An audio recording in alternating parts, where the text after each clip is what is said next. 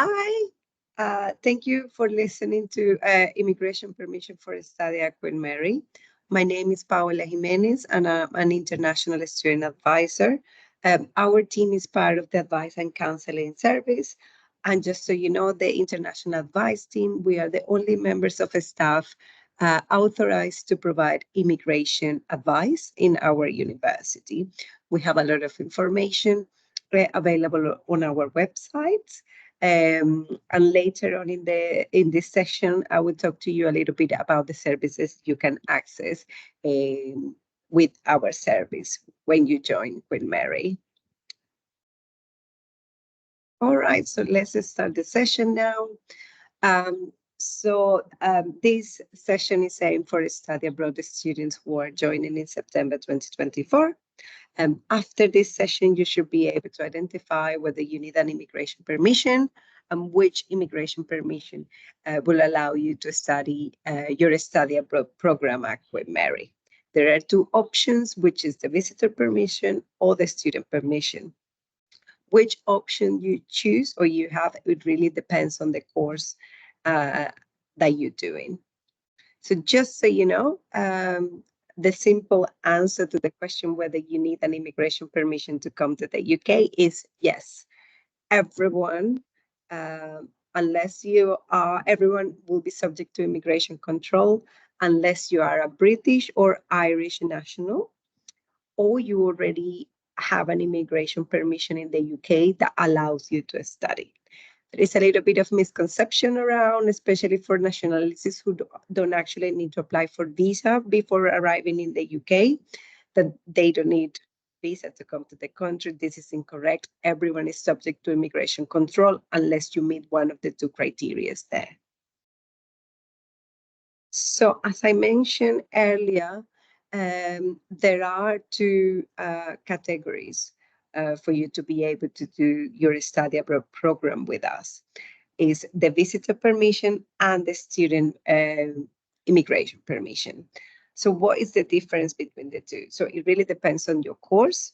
So with the visitor permission, you can enroll on your study abroad program that only lasts for one semester and doesn't have an internship as part of the program.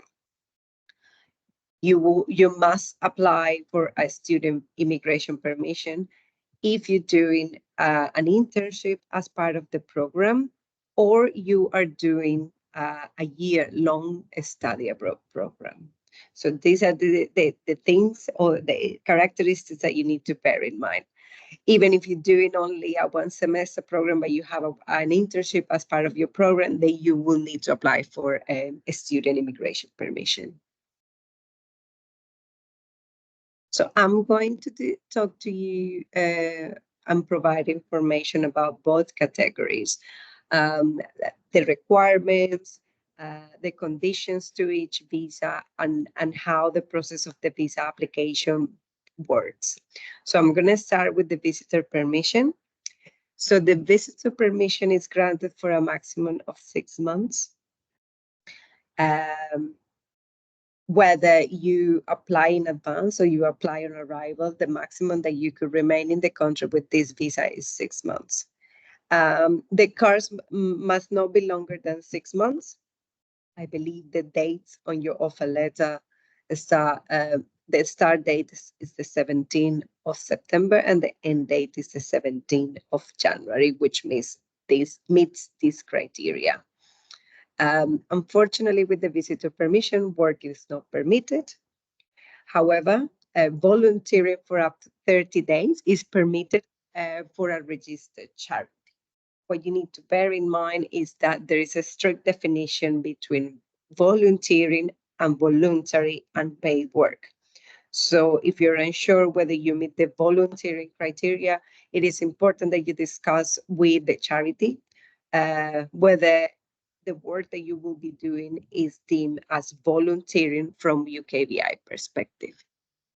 And remember, you can only do your volunteering for up to 30 days. So there is two categories in the visitor permission here. So visa nationals and no visa and non visa nationals and non-visa nationals. So for non-visa nationals, you don't need to actually make an application before coming to the country. You can obtain your visitor permission upon arrival to the UK. This is free of charge. Visa nationals, the ones that need to apply in advance, the cost of the application of the visitor visa application is £115. Again, with this visa, with the immigration visitor permission, you are not permitted to extend or switch into any other category in the UK. So if you decide to do another semester of a study abroad, or you like London too much that you want to enroll on a full degree, you will need to leave the country and make an application from your home country to return to the UK. So you remember how I mentioned that there are visa nationals and non-visa nationals. So non-visa nationals can obtain the permission on entry to the UK. So there are two different categories again here. So the ones that can use the e-gates, you won't see a border force officer. You just use your e-gates, and as soon as you scan your passport on the e-gate, your passport will be associated to a visitor permission. You have 6 days from the day that you enter 6 months, 6 months from the day you enter the country. That's the validity of your visitor permission. Please don't overstay that visa. And then you got the nationals who cannot use the e-gates, the ones that have to see a border force officer. And then those will get a stamp on the passport, and it will have a date available there. And then you go 6 months from that date. Please don't overstay the visa again. And then you got the visa nationals. You must be granted permission before traveling. Also non-visa nationals, if you decide to have a peace of mind, that you have a document to prove that you can be in the UK, you can choose to apply for entry clearance. It's not mandatory or obligatory at all, but if you want to do it, you can. Of course, there is a cost to this process. So following on with the visitor permission, you remember how I mentioned about the nationals who can use the e-gates. So if you're a national from the EU or the other countries listed on the slide, then you will notice at the port of entry, especially if it's an airport, that you almost ushered to use the e-gates. That is absolutely fine. You're permitted to do so. What I recommend is that you keep with you evidence of your entry to the country, whether it's a flight ticket or a Eurostar. Another thing that you need to bear in mind is that you cannot use this route to make the UK your home through frequent and successive visits. If UKVI notice that you're sort of using this route and living longer than you should, so there is nowhere written that you cannot come to the country twice a year if you can use the e-gates. But if someone notice that you stay here longer and that you're using this route as a residence, then it could be flagged, and maybe you will have some issues at some point when they notice that you frequently enter the country and residing here without an actual visa that will allow you to stay here longer than 6 months. Something to bear in mind: if you have a criminal record, or you had issues or a complicated immigration history, you may want to apply for your visitor visa in advance. So, continuing on the visitor permission. So the process for the visa, so visa nationals, so the ones that have to apply for a visa prior to arrival, you will need to provide supporting documents, including your offer letter and evidence of sufficient funds.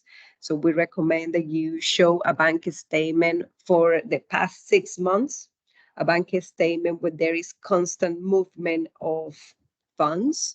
It could be whether it's yours or your parents', So we recommend that, it's where if you have a pension or if there is salary payment. So it basically just show a bank that shows a lot of funds coming in and out. For non-visa nationals, if you are obtaining your leave at the point of entry, so there is no application fee, you don't need to provide a photo or anything like that. But as I already recommended, please make sure that you keep evidence of the day that you enter the country.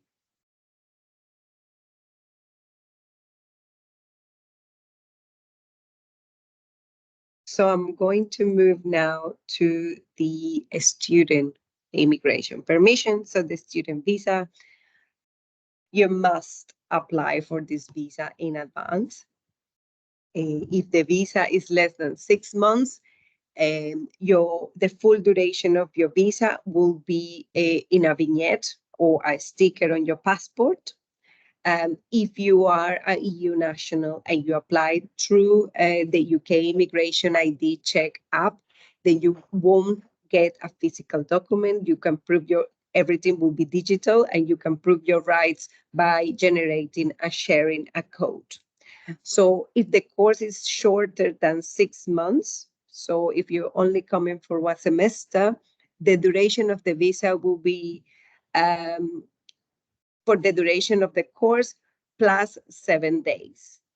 So if the end date of your course is the 17th of January, you have 7 extra days on your visa.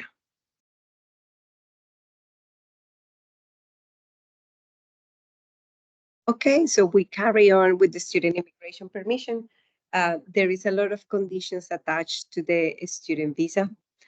So you need to provide, in order for you to have a successful visa application, you need to provide supporting documents, including a CAS and the finances, proof that you can support yourself financially in the stipulated format. So you must meet the student conditions, the English requirements, and any other requirements that are there. And also the work conditions. If you are on a student visa, you are permitted to work 20 hours per week during term time. And then full-time on vacations, but just bear in mind that you won't really have any vacations, and you only have 7 days after your visa. So in reality, you must abide to the 20 hours per week during term. There are some, I'm going to talk now about the cost of the application and also how to demonstrate or how to provide satisfactory financial requirements. So the cost of the student application, the student immigration permission or application. So the cost of the visa application is £490. And then there is another payment embedded in the application, which is the immigration health surcharge. The immigration health surcharge is technically a payment that you will make to be able to use the National Health Service the same way as a British national. So the cost per year is £776, but this will only be charged if you're doing a course that is longer than 6 months. So if you're only studying a semester, you won't be asked to pay for the immigration health surcharge. If you are doing a year-long study abroad, then you'll likely be asked to pay this amount of money.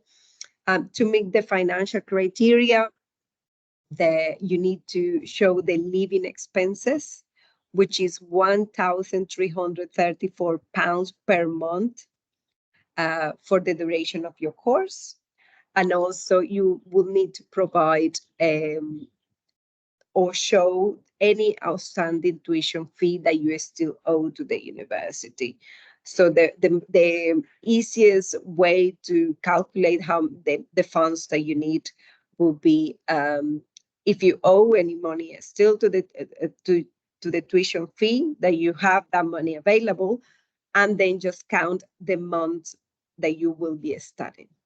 So in your case, I believe you will have You need to show 5 months maintenance plus whatever you owe in tuition fee.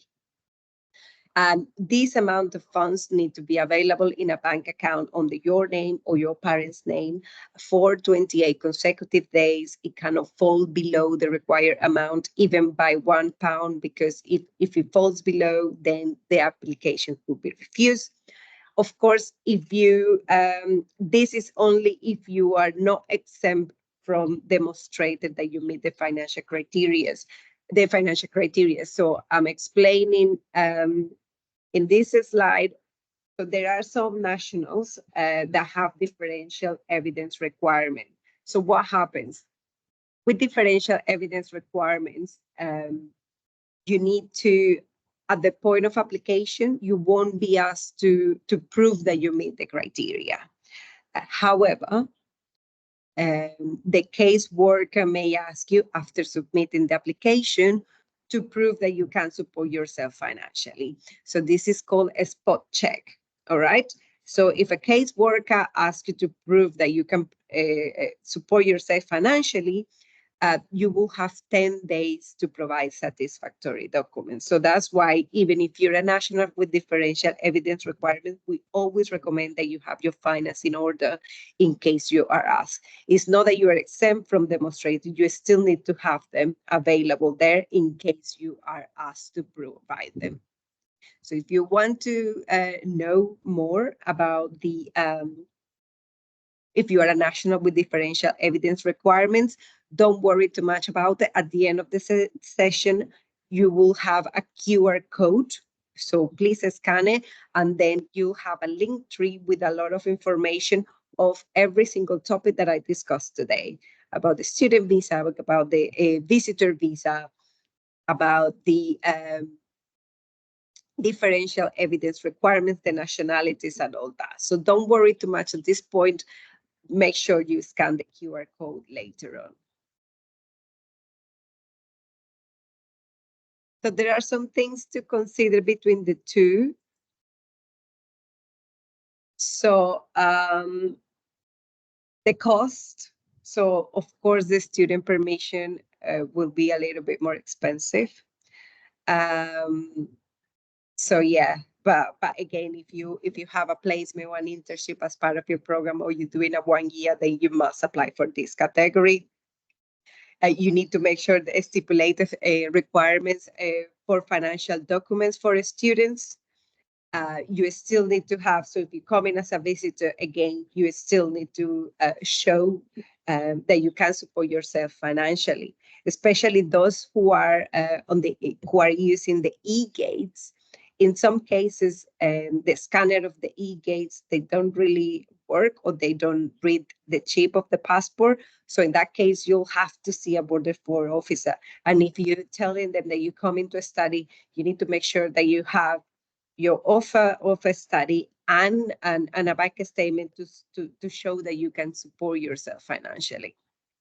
And also, this is more for visitor visa that can use the e-gates, the frequency of periods of a study that you come into the UK. So you can't really come, this visitor visa is not for successive and frequent visits. And also the other intentions that you may have in the country. So remember, if you come as a visitor, you can only stay for up to 6 months. If you come in as a student, then your visa will be for the duration of your course, plus 1 week if you're doing 1 semester. If you're doing a longer course, it could be the duration of the visa could be the length of your course plus 2 or 4 months. It really depends of the actual duration of the course. So the application process, if you apply in advance, so those visa nationals that need to apply in advance, or those non-visa nationals who may want to apply in advance. So the standard visa processing time is 15 working days, but we notice, especially during peak times, that it could take a little bit longer. So the earlier that you apply, the better. You could also, if your country has a priority visa, you could choose to pay extra. It's about £500 extra, I believe, for the visa application process to take only 5 working days. You need to check the process in your country or visa application center. Each country has different requirements or different package that you could take in terms of biometrics on the services that they offer. So it's really important that you familiarize yourself. And also some countries have different, the process is completely different. You would receive an email when the decision is made, and you need to wait for the documents to be returned. If you are a EU national and you decide that you wanted to make this application in advance, then you will receive your email and your visa will be digital. So healthcare in the UK, as I mentioned already, if you pay the immigration and health surcharge in the UK, you have access to the National Health Service in the UK, like a British national. So, but then for those who are coming only for one semester or coming as a visitor, it's really important for you that that you acquire personal medical care before coming to the country if you don't pay this immigration health surcharge. So there is some healthcare that is free for everyone, but if there is treatment and then you don't have a medical insurance, then you could be given a big bill.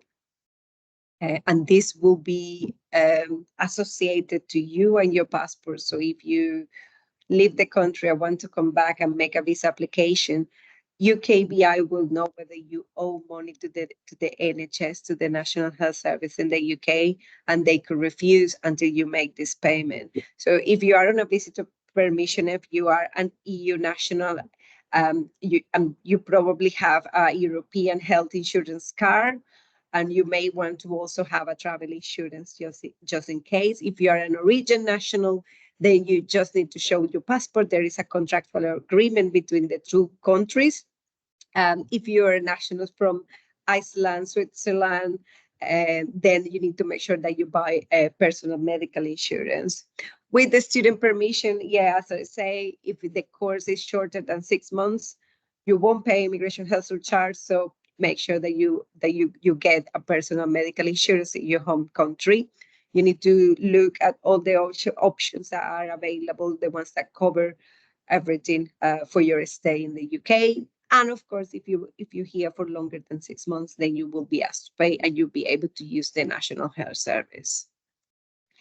So to be able to enroll, if you are on a visitor permission, you need to provide your passport, your stamp vignette. If you are a visa national or you are a non-visa national and decided to apply in advance.